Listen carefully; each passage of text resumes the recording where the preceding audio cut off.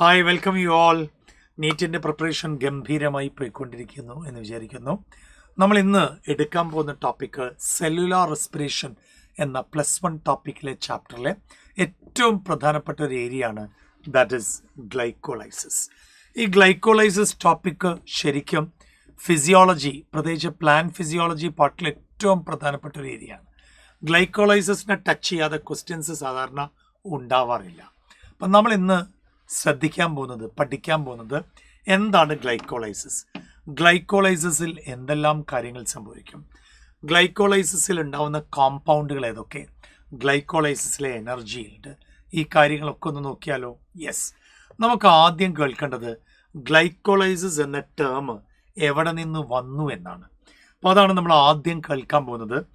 Glycolysis എന്ന term originate ചെയ്തത് 2 Greek terms ആണ്. ഏതൊക്കെയാണ് 2 ഗ്രീക്ക് ടേംസ് നോക്ക്.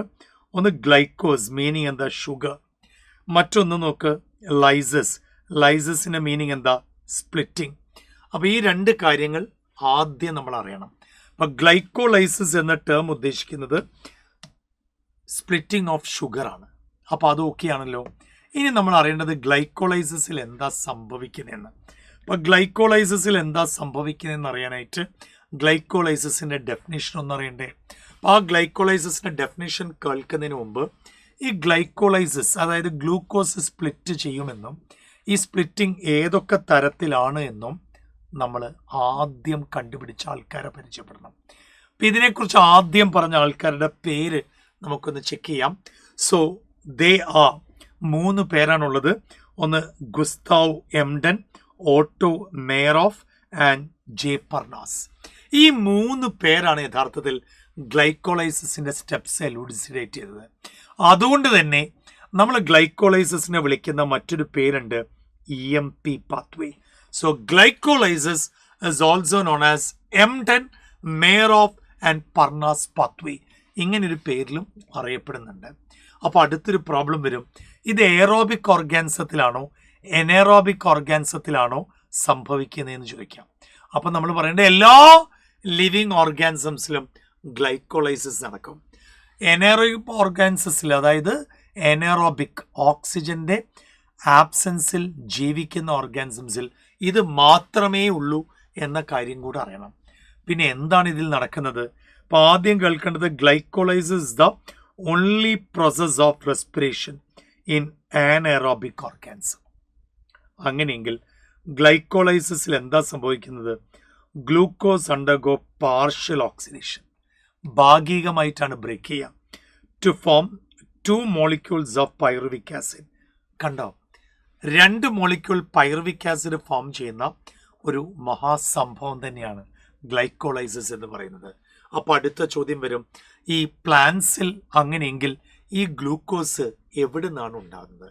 അപ്പോൾ നമ്മൾ പറയും ഫോട്ടോസിന്തസിസ് വഴി. അങ്ങനെയാണെങ്കിൽ ഫോട്ടോസിന്തസിൻ്റെ ഫൈനൽ പ്രൊഡക്റ്റ് സൂക്രോസ് ആണ്. അപ്പോൾ സൂക്രോസിൽ നിന്നല്ലേ ഇത് ഉണ്ടാവുന്നത്? യെസ്. അപ്പോൾ സൂക്രോസിൽ നിന്നും അതെങ്ങനെ ഉണ്ടാവുന്നു എന്നുകൂടി അറിയണം. അപ്പോൾ നോക്കുക, പ്ലാന്റ്സിൽ ഗ്ലൂക്കോസ് എവിടെ നിന്നാണ് ഡിറൈവ് ചെയ്ത് വരുന്നത്?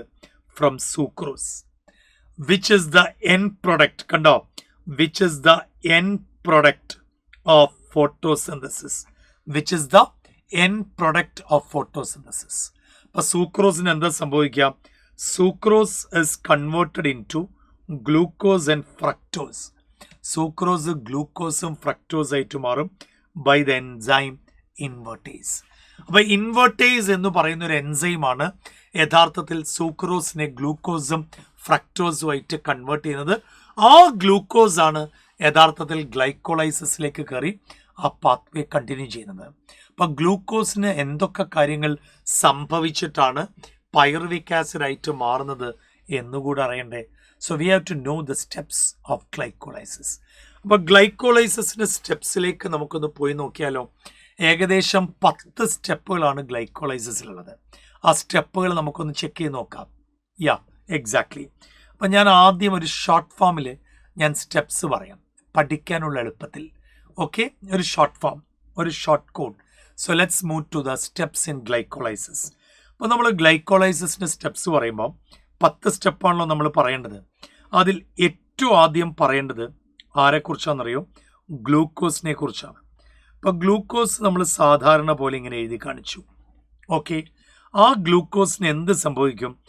ഗ്ലൂക്കോസ് ആദ്യം ഗ്ലൂക്കോസ് 6 ഫോസ്ഫേറ്റ് ആയിട്ട് കൺവേർട്ട് ചെയ്യും. അപ്പോൾ ഗ്ലൂക്കോസ് 6 ഫോസ്ഫേറ്റ് ആയിട്ട് കൺവേർട്ട് ചെയ്യുമ്പോൾ ഞാൻ ഇങ്ങനെ എഴുതാൻ പോവാണ്, ഗ്ലൂക്കോസ് 6 ഫോസ്ഫേറ്റ്. ഓക്കെ, ശരിക്കും പി എന്ന് എഴുതിയാൽ മതി, പക്ഷെ ഞാൻ ഫോസ്ഫേറ്റ് തന്നെ എഴുതാൻ പോവാണ് ഷോർട്ട് ഫോം ആണെങ്കിൽ. വീണ്ടും ഈ ഗ്ലൂക്കോസ് 6 ഫോസ്ഫേറ്റിൽ നിന്നും പിന്നീട് മറ്റൊരു കോമ്പൗണ്ട് ഉണ്ടാവും. ആ കോമ്പൗണ്ടിൻ്റെ പേര് നോക്ക്, ഫ്രക്ടോസ് 6 ഫോസ്ഫേറ്റ്. കണ്ട, ഫ്രക്ടോസ് 6 ഫോസ്ഫേറ്റ്. അപ്പോൾ ഫ്രക്ടോസ് എന്നത് ഞാൻ പൂർണ്ണമായിട്ടും എഴുതുന്നില്ല, ഞാൻ അതിന് പകരം എന്ത് കാണിക്കാന്നറിയോ? എഫ് എന്നാക്കി, ഫ്രക്ടോസ് 6 ഫോസ്ഫേറ്റ്. കണ്ടോ, വീണ്ടും ഷോർട്ട് ഫോമിൽ ഞാൻ എന്ത് കാണിക്കാൻ പോവാണ്?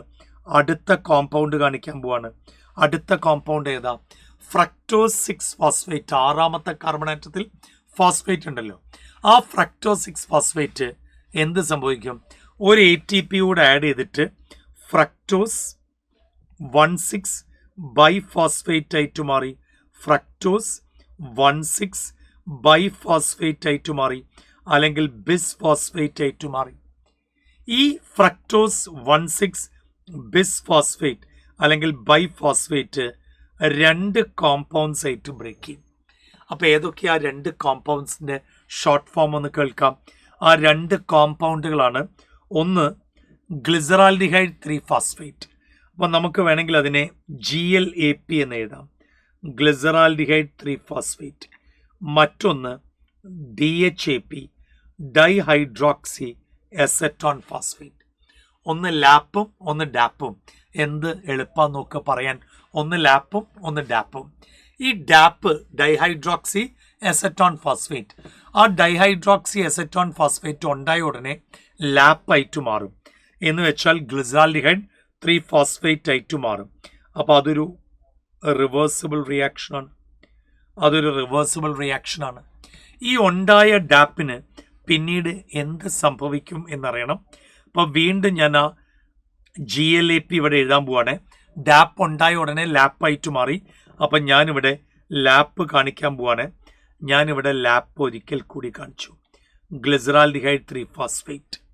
ഈ ഗ്ലിസറാൽഡിഹൈഡ് 3 ഫോസ്ഫേറ്റ് വീണ്ടും ഓക്സിഡേഷൻ നടക്കും. അങ്ങനെ ഓക്സിഡേഷൻ വഴി എന്ത് സംഭവിക്കുമെന്നറിയോ? 1,3 ബൈഫോസ്ഫേറ്റ് അല്ലെങ്കിൽ ബിസ് ഫോസ്ഫോ ഗ്ലിസറാൽഡിഹൈഡ് ആയിട്ട് മാറി. അത് പിന്നീട് ഫോസ്ഫോ ഗ്ലിസറേറ്റ് ആയിട്ട് മാറും. അപ്പോൾ 1,3 ബൈഫോസ്ഫോ ഗ്ലിസറേറ്റ്. ആ 1,3 ബൈഫോസ്ഫോ ഗ്ലിസറേറ്റ് പിന്നീട് 3 ഫോസ്ഫോ ഗ്ലിസറേറ്റ് ആയിട്ട് മാറും. കണ്ട, 3 ഫോസ്ഫോ ഗ്ലിസറേറ്റ് ആയിട്ട് മാറി. അപ്പം ഞാൻ 3PG എന്ന് എഴുതി. ഈ 3 ഫോസ്ഫോ ഗ്ലിസറിക് ആസിഡ് പിന്നീട് 2 ഫോസ്ഫോ ഗ്ലിസറേറ്റ് ആയിട്ട് മാറി. എന്തായിട്ട് മാറി? 2 ഫോസ്ഫോ ഗ്ലിസറേറ്റ് ആയിട്ട് മാറി. എത്ര ഈസിയാന്ന് നോക്ക് പഠിക്കാൻ. ആ 2 ഫോസ്ഫോ ഗ്ലിസറേറ്റ് പിന്നീട് 2 phospho glycerate is equal to 2 phospho glyceric acid. ആ 2 ഫോസ്ഫോ ഗ്ലിസറിക് ആസിഡ് പിന്നീട് ഫോസ്ഫോ ഈനോൾ പൈറുവേറ്റ് ആയിട്ട് മാറി. കണ്ട, ഫോസ്ഫോ ഈനോൾ പൈറുവേറ്റ് ആയിട്ട് മാറി. അപ്പം ഞാൻ അതിനെ ഷോർട്ട് ഫോമിൽ PP എന്ന് കൊടുത്തു, ഫോസ്ഫോ ഈനോൾ പൈറുവേറ്റ്. വീണ്ടും ഞാൻ ഇങ്ങനെ കാണിക്കുകയാണ്, ഫോസ്ഫോ ഈനോൾ പൈറുവേറ്റ് അവസാനം പൈറുവിക് ആസിഡ് ആയിട്ട് മാറി. കണ്ട, വീണ്ടും പൈറുവിക് ആസിഡ് അഥവാ പൈറുവേറ്റ് ആയിട്ട് മാറി. എത്ര ഈസി ആയിട്ട് നിങ്ങൾക്ക് ഗ്ലൈക്കോളൈസിസ് പഠിക്കാൻ നോക്കുക. 10 സ്റ്റെപ്പുകൾ എത്ര ഈസി ആയിട്ട് കിട്ടി നോക്ക്. അപ്പം നിങ്ങൾ ഒരിക്കൽ കൂടെ നോക്ക് എങ്ങനെ വന്നു എന്നുള്ളത്. സ്റ്റെപ്സ് നോക്കാം. ഫസ്റ്റ് സ്റ്റെപ്പിൽ glucose 6 phosphate, then fructose 6 phosphate, fructose 16 biphosphate, ലാപ്പും ഡാപ്പും, ഗ്ലിസറാൽഡിഹൈഡ് 3 ഫോസ്ഫേറ്റും ഡൈഹൈഡ്രോക്സി എസ്റ്റോൺ ഫോസ്ഫേറ്റും. ആ ഡാപ്പ് പിന്നീട് ലാപ്പായിട്ട് മാറി. ആ ലാപ്പ് പിന്നീട് എന്ത് സംഭവിച്ചു? Oxidation. 1,3 biphospho glyceric acid, 3 phospho glyceric acid, 2 phospho glyceric acid, phospho enol pyruvate ആവും, വാട്ടർ മോളിക്കുലർ ലിബറേഷൻ, അവസാനം പൈറുവിക് ആസിഡ് ഫോം ചെയ്യും. എത്ര ഈസി ആയിട്ട് നിങ്ങൾക്ക് ഇത് കിട്ടിയെന്ന് നോക്കുക.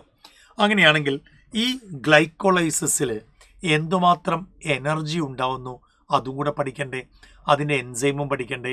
യെസ്, അപ്പോൾ ഇനി നമ്മൾ പഠിക്കാൻ പോകുന്നത് അതിൻ്റെ മൊത്തം സ്റ്റെപ്സ് ഒന്ന് ഭംഗിയായിട്ട് കാണാം. അത് കാണുന്നതിൻ്റെ കൂടെ എനർജി ഈൽഡ് ഇൻ ഗ്ലൈക്കോളൈസിസ്, ഗ്ലൈക്കോളൈസിസിൽ ഉണ്ടാവുന്ന എനർജി ഈൽഡും കൂടെ ഒന്ന് പഠിക്കണ്ടേ, വേണം. അപ്പോൾ ആ എനർജി ഈൽഡ് ഞാനൊന്ന് പറയാൻ പോവാണ്, എങ്ങനെയാണ് എനർജി ഫോം ചെയ്യുന്നത് എന്നുള്ളത് ഒന്ന് നോക്കാം. ഏറ്റവും ആദ്യം അപ്പോൾ ഫസ്റ്റ് ഞാൻ പറയാൻ പോകുന്നത് എന്തിനെക്കുറിച്ചാണെന്നറിയോ, എത്ര ATP യൂസ് ചെയ്യുന്നുണ്ട് എന്ന് ആദ്യം അറിയണം. അപ്പോൾ ഗ്ലൈക്കോളൈസിസിൽ നമ്പർ ഓഫ് ATP യൂട്ടിലൈസ്ഡ്, ഇതാണ് ആദ്യം പഠിക്കേണ്ടത്. നമ്പർ ഓഫ് ATP യൂട്ടിലൈസ്ഡ് അല്ലെങ്കിൽ യൂസ്ഡ് ഇൻ ഗ്ലൈക്കോളൈസിസ്. അപ്പോൾ ഗ്ലൈക്കോളൈസിസിൽ എത്ര ATP യൂട്ടിലൈസ് ചെയ്യുന്നു, ഇതല്ലേ നമ്മൾ ആദ്യം നോക്കേണ്ടത്. അപ്പോൾ നമ്മൾ സ്റ്റെപ്സിലേക്കൊന്ന് പോയി നോക്കാം. സ്റ്റെപ്സിലേക്ക് പോയാൽ എവിടെയൊക്കെ ATP യൂട്ടിലൈസ് ചെയ്യുന്നുണ്ട് എന്ന് ആദ്യം ഒന്ന് നോക്കാം. ഗ്ലൂക്കോസ് 6 ഫോസ്ഫേറ്റ് ആകുമ്പം ഇവിടെ ATP യൂട്ടിലൈസ് ചെയ്യുന്നുണ്ട്.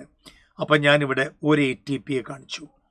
പിന്നെ ATP യൂട്ടിലൈസ് ചെയ്യുന്നത് ഫ്രക്ടോസ് 6 ഫോസ്ഫേറ്റ് ഫ്രക്ടോസ് 1,6 ബൈഫോസ്ഫേറ്റ് ആകുമ്പം ഇവിടെ ATP യൂട്ടിലൈസ് ചെയ്യുന്നുണ്ട്. ഇതൊക്കെ ഓരോ ATP വീതമാണ് യൂസ് ചെയ്യുന്നത്. അതെന്താ അങ്ങനെ? കാരണം ഗ്ലൂക്കോസ് ഒരു മോളിക്യൂൾ നിന്നാണ് അതിൻ്റെ വർക്ക് സ്റ്റാർട്ട് ചെയ്യുന്നത്. ഒരു മോളിക്യൂൾ ഗ്ലൂക്കോസ് ആണ്, പിന്നീട് ഒരു മോളിക്യൂൾ ഗ്ലൂക്കോസ് 6 ഫോസ്ഫേറ്റും ഒരു മോളിക്യൂൾ ഫ്രക്ടോസ് 6 ഫോസ്ഫേറ്റും ഒരു മോളിക്യൂൾ ഫ്രക്ടോസ് 1,6 ബൈഫോസ്ഫേറ്റും, അത് പിന്നീട് ഒരു മോളിക്യൂൾ ലാപ്പും ഒരു മോളിക്യൂൾ ഡാപ്പുമായിട്ട് മാറുന്നത്. ഓക്കെ, അപ്പോൾ അതുവരെ കാര്യങ്ങൾ ഓക്കെയാണല്ലോ. ആ ഡാപ്പ് ഉടനെ തന്നെ ലാപ്പായപ്പം ടോട്ടൽ 2 മോളിക്യൂൾ ലാപ്പ് ഫോം ചെയ്തു. ആ 2 മോളിക്യൂൾ നിന്നാണ് പിന്നീട് 1,3 biphospho glyceric acid 2 phospho 3 phospho ഒക്കെ ഫോം ചെയ്യുന്നത് കണ്ടോ. 3 phospho glyceric acid 2 phospho glyceric acid 2 phospho enol pyruvic ആസിഡും അവസാനം പൈറുവിക് ആസിഡ് ഉണ്ടാവുമ്പം 2 മോളിക്യൂൾ ഇങ്ങനെ ഉണ്ടാവുക. അപ്പം 2 ATP ആണ് യൂട്ടിലൈസ് ചെയ്യുന്നത് എന്ന് ഏകദേശം നിങ്ങൾക്ക് കിട്ടി. അപ്പോൾ ആദ്യം നമ്മൾ കാണിക്കേണ്ട എന്താ, എത്ര ATP യൂട്ടിലൈസ് ചെയ്യുന്നല്ലേ. അപ്പം ഞാനിവിടെ കാണിച്ചു 2 ATP ആർ യൂട്ടിലൈസ്ഡ്. ഇനി നമ്മൾ പഠിക്കേണ്ടത് എന്താണെന്നറിയോ, ഇനി നമ്മൾ പഠിക്കേണ്ടത് നോക്കൂ, എത്ര ATP ആണ് ഉണ്ടാവുന്നത്, ഇത് യൂസ് ചെയ്യുന്നല്ലേ. അപ്പം ഞാൻ പഠിക്കാൻ പോകുന്നത് നമ്പർ ഓഫ് ATP. നോക്കൂ, number of ATP directly formed. കണ്ട എത്ര ATP ആണ് ഡയറക്റ്റായിട്ട് ഗ്ലൈക്കോളൈസിസ് വഴി ഉണ്ടാവുന്നത്. അപ്പം നമ്മൾ എന്താ പറഞ്ഞു കൊടുക്കേണ്ടത്, ആദ്യം ഗ്ലൈക്കോളൈസിസിൽ ഉണ്ടാവുന്ന ATPയുടെ കണക്കൊന്ന് പറയണ്ടേ. Yes, that's it. അപ്പോൾ ATP ഉണ്ടാവുന്നതൊന്ന് പറയാൻ പോവാണ്. ATP നേരിട്ടുണ്ടാവുന്നത് നോക്ക് 1,3 biphospho glyceric acid 3 phospho glyceric acid ആകുമ്പോൾ ATP ഫോം ചെയ്യും. 2 മോളിക്യൂൾ എന്നല്ലേ, അപ്പോൾ 2 ATP ഫോം ചെയ്യേണ്ടേ, വേണം. അതേപോലെ തന്നെ ഫോസ്ഫോ ഇനോൾ പൈറുവിക് ആസിഡ് പൈറുവേറ്റിൽ നിന്നും പൈറുവിക് ആസിഡ് ഫോം ചെയ്യുന്നില്ലേ, അപ്പോഴും 2 ATP ഫോം ചെയ്യുന്നില്ലേ. അങ്ങനെയെങ്കിൽ 4 ATP അല്ലേ ഉണ്ടായത്. Yes, that's it. അപ്പോൾ ടോട്ടൽ എത്ര ATP ഫോം ചെയ്തത്, 4 ATP അല്ലേ. എക്സാക്ട്ലി. അപ്പോൾ 2 ATP യൂട്ടിലൈസ് ചെയ്തു, 4 ATP ഫോം ചെയ്തു. അങ്ങനെയെങ്കിൽ ബാലൻസ് എത്ര? അപ്പം നമ്മൾ പറയേണ്ട ബാലൻസ് എത്രയാ, നമ്പർ ഓഫ് ATP. നോക്കൂ, net gain of ATP formed in glycolysis.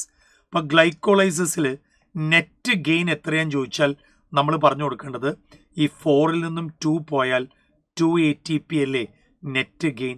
അപ്പം നെറ്റ് ഗെയിൻ എത്രയാന്നുള്ളത് കിട്ടി. ഓക്കെ, അപ്പോൾ ഇനി അതൊരിക്കലും കൺഫ്യൂഷൻ വരരുത്. Net gain of ATP form during glycolysis is equal to 2. അങ്ങനെയെങ്കിൽ ഇനി നമ്മൾ പഠിക്കേണ്ടത് എന്തിനെക്കുറിച്ചാണ്, ഇനി നമ്മൾ പഠിക്കേണ്ടത് എത്ര NADH ഉണ്ടാവും, അതുവഴി എത്ര ATP ഉണ്ടാവും, അതല്ലേ അടുത്ത് നോക്കേണ്ടത്. യെസ്, അപ്പം ഇനി നമ്മൾ കേൾക്കേണ്ടത് number of NADH formed during glycolysis. അപ്പോൾ അതിൻ്റെ ആൻസർ അല്ലേ നോക്കേണ്ടത്. അപ്പോൾ ഗ്ലൈക്കോളൈസിസിൽ എത്ര NADH ഉണ്ട് എന്നറിയാൻ നമ്മൾ സ്റ്റെപ്സിലേക്ക് പോവാണ്. ആ സ്റ്റെപ്പിൽ എവിടെ വെച്ചിട്ടാണ് ഉണ്ടാവുന്നത് എന്നൊന്ന് നോക്ക്. എവിടെ വെച്ചിട്ടാണ് ഉണ്ടാവുന്നത്, ഈ 1,3 biphospho glyceric acid 3 phospho glyceric acid ആയപ്പോഴല്ലേ ATP ഉണ്ടായത്. അതേസമയം ഗ്ലിസറാൽഡിഹൈഡ് ഫോസ്ഫേറ്റ് ഗ്ലിസറിക് ആസിഡ് ആവുന്ന സമയത്ത് NADH ഫോം ചെയ്തു. അതെങ്ങനെ NADH ഫോം ചെയ്തു? എന്താ സംഭവിച്ചത്?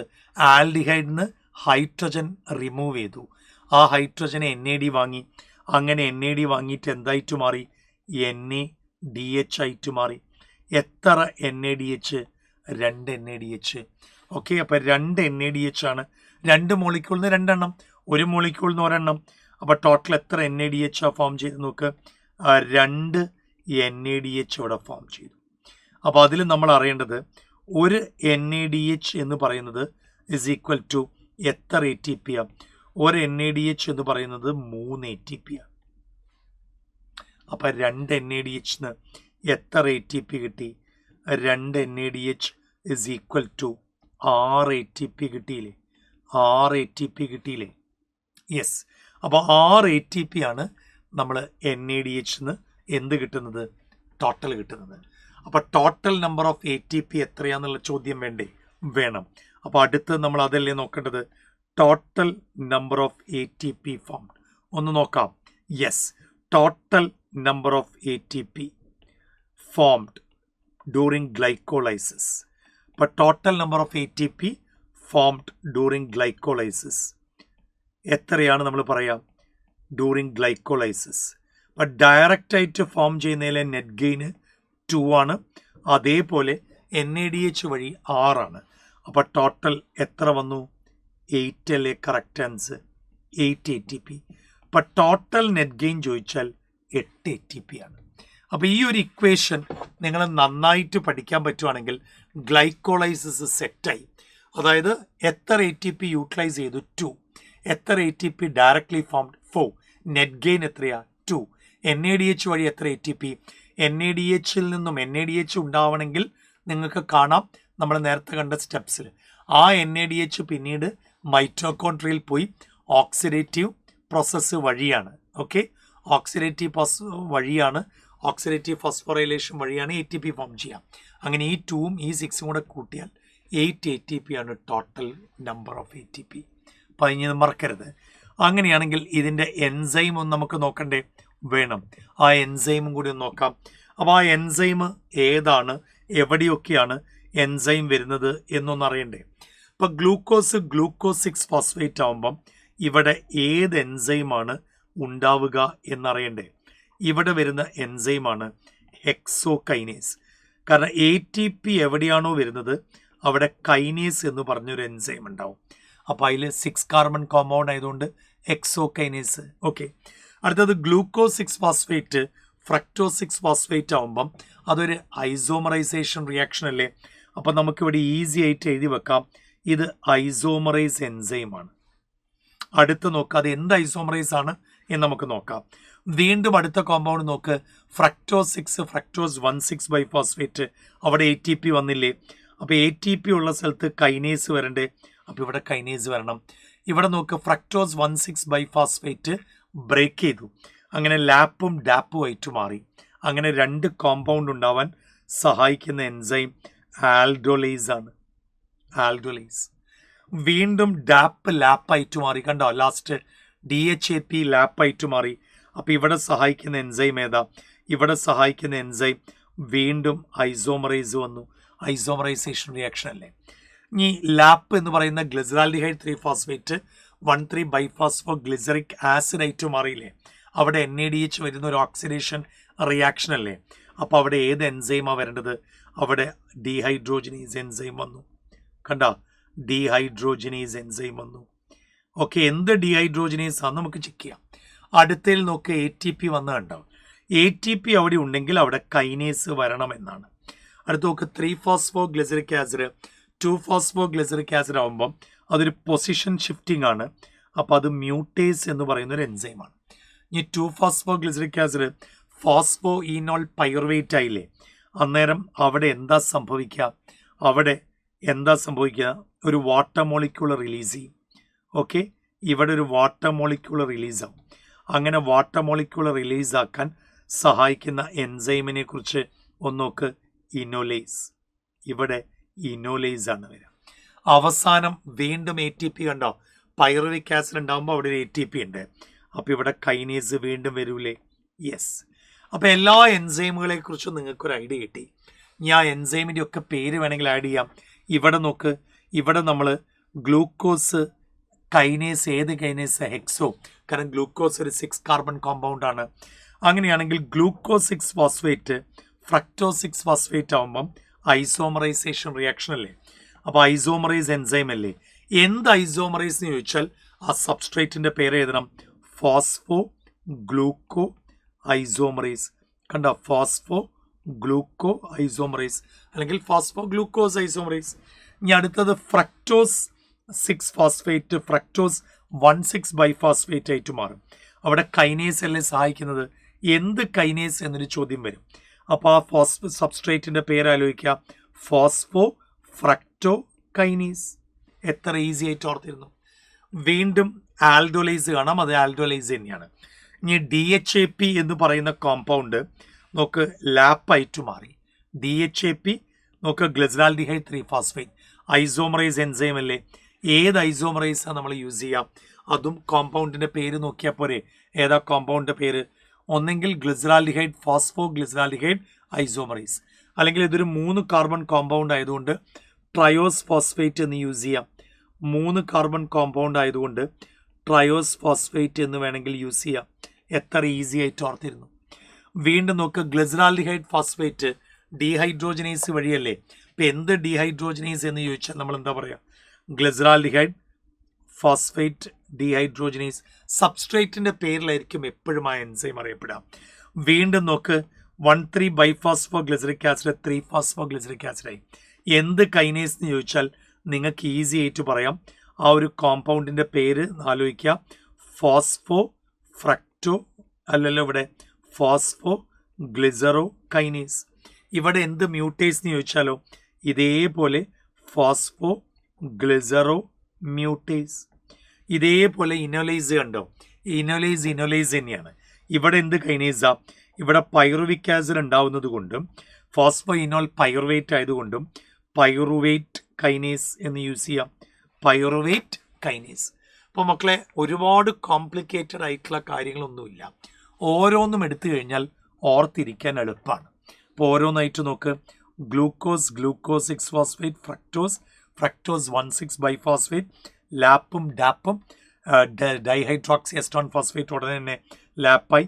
അത് 1,3 ബൈഫോസ്ഫോ ഗ്ലിസറേറ്റ്, പിന്നെ 3 ഫോസ്ഫോ ഗ്ലിസറേറ്റും ഗ്ലിസറിക് ആസിഡ് ഒന്ന് തന്നെ, 2 phospho glyceric acid phospho enol pyruvate. കോമ്പൗണ്ടുകളെല്ലാം ഓക്കെ. എൻസൈമുകൾ പഠിക്കാനായിട്ട് എന്തെളുപ്പം. ATP എവിടെയൊക്കെ വരുന്നു അവിടെയൊക്കെ കൈനേസ് ഉണ്ട്. ഐസോമറൈസേഷൻ റിയാക്ഷൻ നടക്കുന്ന എവിടെയാണോ അവിടെയൊക്കെ എന്തുണ്ട്? ഐസോമറൈസ് എൻസൈം ഉണ്ട്. എത്ര ഈസിയാന്ന് നോക്ക്. അങ്ങനെയാണെങ്കിൽ നമുക്ക് ഇതിനെ കുറച്ച് ക്വസ്റ്റ്യൻസ് ഒന്ന് ചെയ്ത് നോക്കിയാലോ? യെസ്. അപ്പം നമുക്ക് ക്വസ്റ്റ്യൻസിലേക്ക് ഒന്ന് പോയി നോക്കാം. ആദ്യത്തെ ചോദ്യം ഇതാണ്. Phase common in aerobic and anaerobic respiration. Aerobic റെസ്പിറേഷനിലും എനറോബിക് റെസ്പിറേഷനിലും കോമൺ ആയിട്ടുള്ള ഒരു ഫീച്ചർ ഏതാ? ഏത് റിയാക്ഷനാണ്? അതൊരു കൺഫ്യൂഷനും നമുക്ക് ഇനി വരാൻ പാടില്ല. അത് ഗ്ലൈക്കോളൈസിസ് ആണ്. അടുത്ത ക്വസ്റ്റ്യൻ നോക്കുക. The scheme for glycolysis. ഈ സ്കീം ആരാ കൊണ്ടുവന്നതെന്നാണ് ക്വസ്റ്റ്യൻ. അപ്പോൾ എംഡൻ ഉണ്ട്, മേയറോഫ് ഉണ്ട്, പർണാസ് ഉണ്ട്. So all the above is the right answer. അടുത്ത ക്വസ്റ്റ്യൻ നോക്കുക. The key product of glycolysis. ഗ്ലൈക്കോളൈസിസിൻ്റെ പ്രൊഡക്റ്റ് ഏതാണെന്നാണ് ചോദ്യം. അപ്പോൾ അതിനി ഒരിക്കലും നമ്മൾ തെറ്റിക്കില്ലല്ലോ? ഇല്ല, കാരണം പൈറുവിക് ആസിഡ് എന്നുള്ളതിൽ ഒരു കൺഫ്യൂഷനും നമുക്കില്ല. അടുത്ത് നോക്കുക. What is the net gain of ATP when each molecule of glucose is converted into 2 molecule of pyruvic acid. ഇനി നമുക്ക് ഈ ക്വസ്റ്റ്യൻ തെറ്റുമോ? നെറ്റ് ഗെയിൻ എത്രയാണെന്നാണ് ചോദിക്കുന്നത്. 2 അല്ലേ നെറ്റ് ഗെയിൻ എന്ന് പറയുന്നത്? എക്സാക്ട്ലി. അടുത്ത ക്വസ്റ്റ്യൻ നോക്കുക. How many molecules of pyruvic acid are formed in glycolysis. അവസാനം എത്ര മോളിക്യൂൾ ഓഫ് പൈറുവിക് ആസിഡ് ഉണ്ടായത്? 2 മോളിക്യൂൾ പൈറുവിക് ആസിഡ് അല്ലേ? അപ്പോൾ അതൊരിക്കലും കൺഫ്യൂസ്ഡ് ആവരുത്. അടുത്ത് നോക്ക്. Which of the following is incorrect for glycolysis. ഗ്ലൈക്കോളൈസിസിൻ്റെ കേസിൽ തെറ്റായ ഒരു സ്റ്റേറ്റ്മെൻറ്റ്. ഗ്ലൈക്കോളൈസിസിൻ്റെ എൻ പ്രൊഡക്റ്റ് എന്ന് പറയുന്നത് എന്താ? ഗ്ലൈക്കോളൈസിസിൻ്റെ എൻ പ്രൊഡക്റ്റ് കാർബൺ ഡൈ ഓക്സൈഡും വാട്ടറും ഉണ്ടോ? ഇല്ല. അത് ATP ഉണ്ടാക്കുന്നുണ്ടോ? ഓക്കെ, അത് ഉണ്ടാക്കുന്നുണ്ട്. അത് ATP യൂസ് ചെയ്യുന്നുണ്ടോ? ഉണ്ട്. അപ്പോൾ ഏതായിരിക്കും കറക്റ്റ് ആൻസർ? 1 അല്ലേ? വാട്ടർ ഫോം ചെയ്യുന്നുണ്ടെങ്കിലും കാർബൺ ഡൈ ഓക്സൈഡ് ഒരിക്കലും ഫോം ചെയ്യുന്നില്ല, ശരിയല്ലേ? വാട്ടർ ഫോം ചെയ്യുന്നുണ്ടെങ്കിലും കാർബൺ ഡൈ ഓക്സൈഡ് ഒരിക്കലും ഫോം ചെയ്യുന്നില്ല. വാട്ടർ ലാസ്റ്റ് ഉണ്ട്, എവിടെയുണ്ട്? നമ്മുടെ പൈറുവിക് ആസിഡ് ഫോം ചെയ്യുന്ന സമയത്ത് വാട്ടർ ഫോം ചെയ്യുന്നുണ്ട് അല്ലേ? ഇതാ നോക്ക്, ഇവിടെ ഒരു വാട്ടർ മോളിക്യൂൾ ഫോം ചെയ്യുന്നത് നമ്മൾ കാണിക്കുന്നുമുണ്ട്. Okay, phospho glyceric acid phosphoenol pyruvate ആകുമ്പോൾ വാട്ടർ ഫോം ചെയ്യും, പക്ഷെ കാർബൺ ഡൈ ഓക്സൈഡ് ഒരിക്കലും ഫോം ചെയ്യുന്നില്ല. അങ്ങനെയാണെങ്കിൽ വീണ്ടും അടുത്ത ക്വസ്റ്റ്യൻ നോക്ക്. Glycolysis occurs in which of the following organism? എയറോബിക്കലുണ്ട്, എനറോബിക്കലുണ്ട്, യൂക്കാരിയോട്സിലുണ്ട്. അപ്പോൾ ഇതെല്ലാ ഓർഗാനിസംസിലും കാണില്ലേ? ഓൾ ദി അബവ് അല്ലേ കറക്റ്റ് ആൻസർ? എക്സാക്ട്ലി. വീണ്ടും നമുക്ക് അടുത്തൊരു ക്വസ്റ്റ്യൻ നോക്കാം. വലിയൊരു ക്വസ്റ്റ്യൻ ആണ്. ഗ്ലൈക്കോളൈസിസിൽ NADH എപ്പോഴാണ് NADയിൽ നിന്ന് ഉണ്ടാവുന്നത്? നോക്ക്, 3-ഫോസ്ഫോ ഗ്ലിസറാൽഡിഹൈഡ് അഥവാ phospho glyceraldehyde one three biphospho glyceric acid ആകുമ്പോൾ അത് തന്നെയല്ലേ മക്കളെ കറക്റ്റ് ആൻസർ? അത് തന്നെയല്ലേ correct answer? Triose phosphate two phospho glycerate ആണോ? അത് 2-ഫോസ്ഫോ ഈനോൾ പൈറുവേറ്റ് ആകുമ്പോഴോ പൈറുവിക് ആസിഡ് ആകുമ്പോഴാണോ? അല്ല. അടുത്ത ക്വസ്റ്റ്യൻ നോക്കി. In order to enter glycolysis sucrose is converted into glucose and fructose. ഏത് എൻസൈമാണ് ഇതിനെ സഹായിക്കുന്നത്? അപ്പം ഞാൻ പറയും സൂക്രോസിനെ ബ്രേക്ക് ചെയ്യാൻ സഹായിക്കുന്നത് ഇൻവെർട്ടേസ് അല്ലേ? അതെ. വീണ്ടും മറ്റൊരു ക്വസ്റ്റ്യൻ നോക്ക്. ഗ്ലൈക്കോളൈസിസിൽ എന്താണ് സംഭവിക്കുന്നത്? അപ്പം നമ്മൾ ആദ്യം തന്നെ പഠിക്കുന്നുണ്ട് partial oxidation of glucose, okay, to form 2 molecules of pyruvic acid and 2 ATP as net gain. കണ്ടോ, ഇതല്ലേ ഇമ്പോർട്ടൻ്റ് ആയിട്ടുള്ളൊരു answer? Yes, takes place in എല്ലാ ലിവിങ് ഓർഗാനിസംസിലും ലിവിങ് സെല്ലിലും. കറക്റ്റ് അല്ലേ? Uses 2 ATP at each and every step. അത് തെറ്റല്ലേ? എല്ലാ സ്റ്റെപ്പിലും ഇങ്ങനെ 2 ATP ഉപയോഗിക്കുന്നുണ്ടോ? ഇല്ല. അവസാനത്ത് നോക്ക്, ഇതിന് സ്കീം എംഡൻ, മേയറോഫ് ആൻഡ് പർണാസ്. അത് കറക്റ്റാണ്. അപ്പോൾ ഒരേ ഒരെണ്ണം മാത്രം തെറ്റിയിട്ട് 1, 2, 4 ഇസ് ദ റൈറ്റ് ആൻസർ. അപ്പോൾ 3 അല്ലേ കറക്റ്റ് ആൻസർ? ശരിയല്ലേ? ATP 2 ATP അല്ലേ നെറ്റ് ഗെയിൻ? ഓക്കെ, അടുത്ത ചോദ്യത്തിലേക്ക് പോവാം. 3-ഫോസ്ഫോ ഗ്ലിസറാൽഡിഹൈഡ് ആണ്. 3-ഫോസ്ഫോ ഗ്ലിസറാൽഡിഹൈഡ് എന്ന് പറയുമ്പം ഞാൻ ഇങ്ങനെയല്ലേ എഴുതേണ്ടത്? Three phospho glyceraldehyde is oxidised in glycolysis to form. Three phospho glyceraldehyde എന്തായിട്ട് മാറും? 1,3-ബൈഫോസ്ഫോ ഗ്ലിസറിക് ആസിഡ് അഥവാ ഗ്ലിസറേറ്റ് ആയിട്ട് മാറി. ശരിയല്ലേ? അപ്പോൾ നമ്മൾ എഴുതുമ്പോൾ ഇങ്ങനെ എഴുതിക്കൂടെ? 1, അതേപോലെ 3-ബൈഫോസ്ഫോ അല്ലെങ്കിൽ bis phospho glyceric acid. Is it okay? Yes. അടുത്ത ഒരു ക്വസ്റ്റ്യനിലേക്ക് പോവാം. ഇതൊരു എസേർഷൻ റീസൺ ക്വസ്റ്റ്യൻ ആണ്. അതിൽ എസേർഷൻ എന്താ എന്ന് നോക്കാം. എസേർഷനിൽ പറയുന്നത് ഇങ്ങനെയാണ്. ഗ്ലൈക്കോളൈസിസിനെ നോക്കൂ EMP പാത്വേ എന്ന് വിളിക്കാം. അതേസമയം റീസൺ നോക്ക്, ഗ്ലൈക്കോളൈസിസിന് സ്കീം എംഡൻ, മേയറോഫ് ആൻഡ് പർണാസ് ആണ് കൊണ്ടുവന്നത്. അത് കറക്റ്റാണ്. അപ്പോൾ ഗ്ലൈക്കോളൈസിസിന് EMP പാത്വേ എന്ന് വിളിക്കാന്നുള്ളത് കറക്റ്റാണ്. അങ്ങനെ വിളിക്കാനുള്ള കാരണം എംഡൻ, മേയറോഫ് ആൻഡ് പർണാസ് കൊണ്ടുവന്നുകൊണ്ട്. So the right answer goes to ഏതാ? എയും ആറും ട്രൂ ആണ്. R is the correct explanation of A. 1 അല്ലേ കറക്റ്റ് ആൻസർ? നമുക്കൊരു ഒറ്റ ക്വസ്റ്റ്യൻ കൂടെ ചെയ്തിട്ട് ഗ്ലൈക്കോളൈസിസ് അവസാനിപ്പിക്കാം. Enzyme which converts glucose to glucose six phosphate ആയിട്ട് കൺവേർട്ട് ചെയ്യുന്ന എൻസൈം. അപ്പം നമ്മൾ പറഞ്ഞ ആദ്യത്തെ എൻസൈം ഏതാ? അത് എക്സോകൈനേസ് അല്ലേ? അപ്പോൾ അതൊരു കൺഫ്യൂഷനിലല്ലോ, കാരണം അവിടെ ATP വരുന്നുണ്ട്, അപ്പോൾ കൈനേസ് വരും. സബ്സ്ട്രേറ്റ് ഗ്ലൂക്കോസ് ആയതുകൊണ്ട് 6 കാർബൺ കോമ്പൗണ്ട് ആയതുകൊണ്ട് hexokinase. So 3 is the right answer. ഇതോട് കൂടിയിട്ട് നമ്മൾ ഗ്ലൈക്കോളൈസിസ് അവസാനിപ്പിക്കുകയാണ്. ഹോപ്പ് നിങ്ങൾക്ക് ഗ്ലൈക്കോളൈസിസുമായി കണക്റ്റഡ് ആയിട്ടുള്ള ഒരു ഡൗട്ടും ഇനി ഉണ്ടാവില്ല എന്ന് വിചാരിക്കുന്നു. എല്ലാ എൻസൈമുകളെ കുറിച്ച് ഐഡിയ കിട്ടി. ടോട്ടൽ നെറ്റ് ഗെയിൻ എത്രയാന്ന് കിട്ടി, ടോട്ടൽ നമ്പർ എത്രയാന്ന് കിട്ടി. ഗ്ലൈക്കോളൈസിസ് സെറ്റായി. Okay, so thank you all. See U.